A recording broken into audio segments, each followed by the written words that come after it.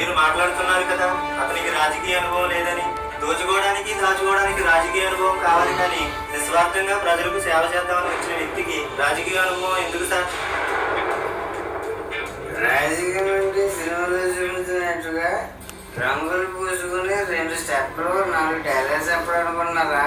రాజకీయం అనేది సులువు కాదు. అసలు ఇదంతా కాదు. మీ నాయకుడు ప్రజలకు ఏం చేశాడని మీ నాయకుడికి మద్దతు ఇవ్వమంటున్నారు. రాజకీయాలకు వచ్చి డబ్బులు వెనకేసుకుంటాడా?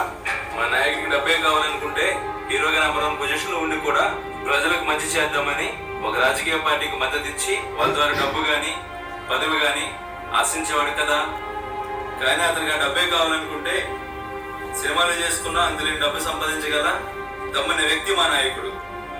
రాజకీయాల్లోకి రాకమునిపే కష్టాల్లో ఉండి సహాయం కోసం వచ్చిన ప్రతి వ్యక్తికి సహాయం చేస్తూనే ఉన్నాడు. అది చేశాడు ఇది చేశాడు అన్నారు. అసలు మీ నాయకుడు ప్రజలకు ఏం చేశాడు? ఒక ఎమ్మెల్యే గాని ఎంపీ గాని లేకుండానే ఉద్దానం కిడ్నీ సమస్య, అమరావతి రాజధాని భూసేకరణ, ఒక ట్విట్ లోని గ్రూప్ 2 పరీక్షల వాయిదా, తాను మద్దతు ఇచ్చిన ప్రభుత్వానికి ఎదురెళ్లి పోరాడి ఇన్ని పనులు చేయించగలిగాడు. అలాగే కోట్ల రూపాయలు ఇచ్చే ప్రకటనలో నటించకుండా రూపాయి కూడా ఆశించకుండా చేనేత కార్మికులకు బ్రాండ్ అంబాసిడర్ వ్యవహరించారు. తను సంపాదించిన 75 కోట్ల రూపాయల్లో 25 కోట్లు ట్యాక్స్ లోపల కట్టిన నిజాయితీ గల వ్యక్తి మాత్రం అలా చెప్పుకుంటూ పోతే మరి ఎన్నో ఉన్నాయి సార్. అగ్రవర్ణాల చేతుల్లో పడి అగ్రహారాల్లోనే మా జీవితాలు మిగిలిపోతున్నాయి. కానీ ఈ నాయకుడు అన్ని మతాలు కలిపే సిద్ధాంతాలున్న వ్యక్తి కనుక జనసేన పార్టీకే మా అగ్రహారం అందరి మద్దతు పలుకుతాం. అధికారం లేకుండానే ఇన్ని మంచి పనులు చేసిన వ్యక్తికి మనందరం మద్దతు పలికి అధికారం కట్టబెడితే ఇంకా ఎన్నో మంచి పనులు జరుగుతాయి సార్.